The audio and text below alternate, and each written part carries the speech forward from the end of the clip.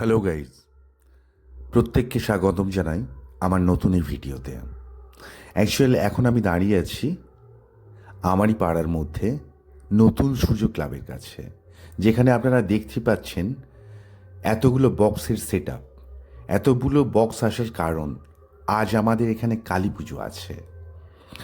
আর যে কালী পুজোটার কথা আপনাদের কাছে বলতে চলেছি, এটা কিছুদিন আগের কালী পুজো নয়, এটা বিগত 300 থেকে 400 বছরের পুরাতন কালী পুজো, যেটা আমাদের এখানে রীতি অনুযায়ী এবং সময় অনুযায়ী প্রতি বছরই হয়ে থাকে। এই বক্সের সেট আপ, এই যে আপনারা দেখতে পাচ্ছেন না, এগুলো দেখার জন্য বাইরে থেকে বহু ছেলেরা এসছে। আপনারা দেখতে পাচ্ছেন এই সাউন্ডটার নাম হলো সরস্বতী সাউন্ড। এটা আমাদের ওয়েস্ট বেঙ্গল ছাড়াও অন্যান্য স্টেটে যায় এবং এর পারফরমেন্স করে। খুব সুন্দর সাউন্ড, খুব সুন্দর সং, এভরিথিং, জানেন তো। তাই আমার তরফ থেকে সবাইকে রইল আপনাদের শুভ আমন্ত্রণ। আপনারা যে যেখান থেকে দেখছেন, আপনারা যদি চান আমাদের এখানে আজ কালী পুজো দেখতে, আপনারা অবশ্যই আসতে পারেন আমাদের এখানে। আমরা যথাসম্ভব আপনাদের পাশে থাকব এবং চেষ্টা করব আপনাদের সম্পূর্ণভাবে আমাদের কালী পুজোটায় আনন্দ উপভোগ করার। আপনারা দেখতে পাচ্ছেন কত ছেলেরা এসেছে, ফটো তুলছে। অ্যাকচুয়ালি এটা জানেন তো, এটা একটা পাড়ার কালী পুজো নয়, এটা 3টে পাড়া মিলে কালী পুজোটা হয়।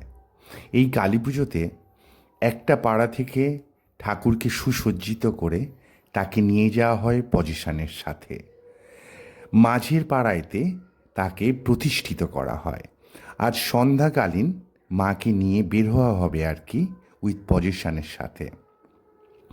এই বক্সগুলোকে আবার মোটিভেট করে পজিশন করা হবে, আর সেই পজিশনের সাথেই নিয়ে যাওয়া হবে।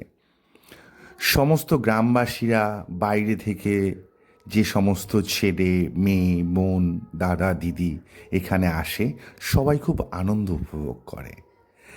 এবার দেখাচ্ছি মাঝের পাড়া, যেখানে এখানেও বক্সের সেট আপ হয়েছে। এখানে টোটাল 3টে বক্সের সেট আপ হয়েছে।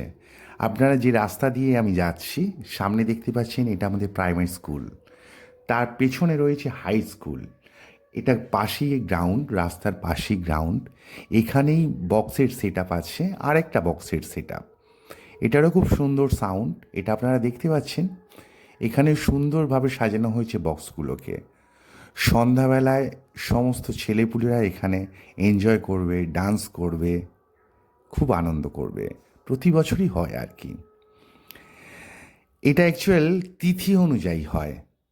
আজ শুক্রবার, সাধারণত কালী পুজো তো হয় শনিবার, কিন্তু তিথিতে শুক্রবারই পড়ে গেছে কালী পুজোর সময়টা।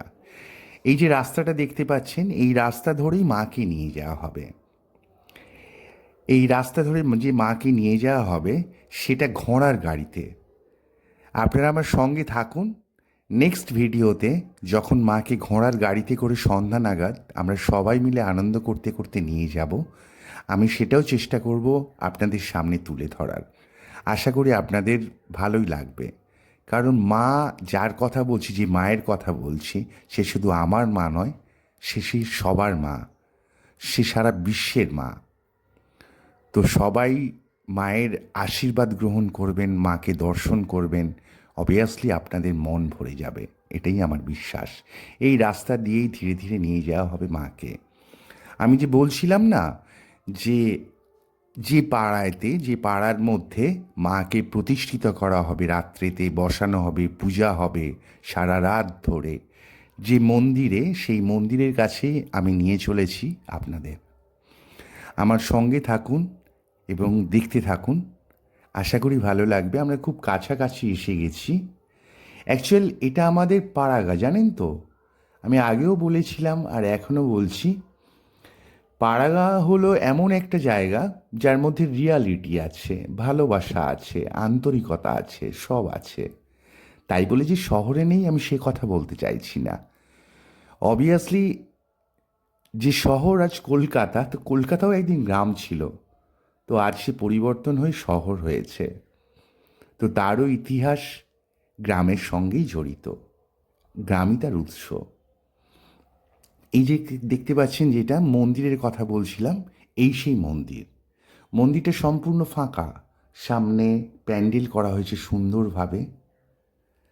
এখানে সব যত মারা পূজা দিতে আসবে, যত দর্শনার্থীরা, আপনারা সন্ধ্যের সময় দেখতে পাবেন সম্পূর্ণ ভিড়ে ভর্তি হয়ে থাকবে এখানে। এই মন্দির, এই মন্দিরে মাকে প্রতিষ্ঠিত করা হবে, মাকে পূজা করা হবে সারা রাত ধরে।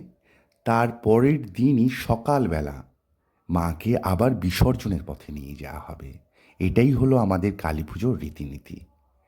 আমরা এই কালী পুজোটাকে বাগানে কালী পুজো বলে থাকি আর কি। এই যে মন্দিরটা দেখতে পাচ্ছেন না, এটা এতটাই জাগ্রত। এই মন্দিরে মা তো বসেই, আবার তাকে বিসর্জন দেয়া হয়, কিন্তু এই মন্দির কোনো দিন পূজায় খালি যায় না। প্রতিদিন পূজা হয় এই মন্দিরে। এবং এই মন্দিরের মাহাত্ম্য এতটাই, কেউ যদি মন থেকে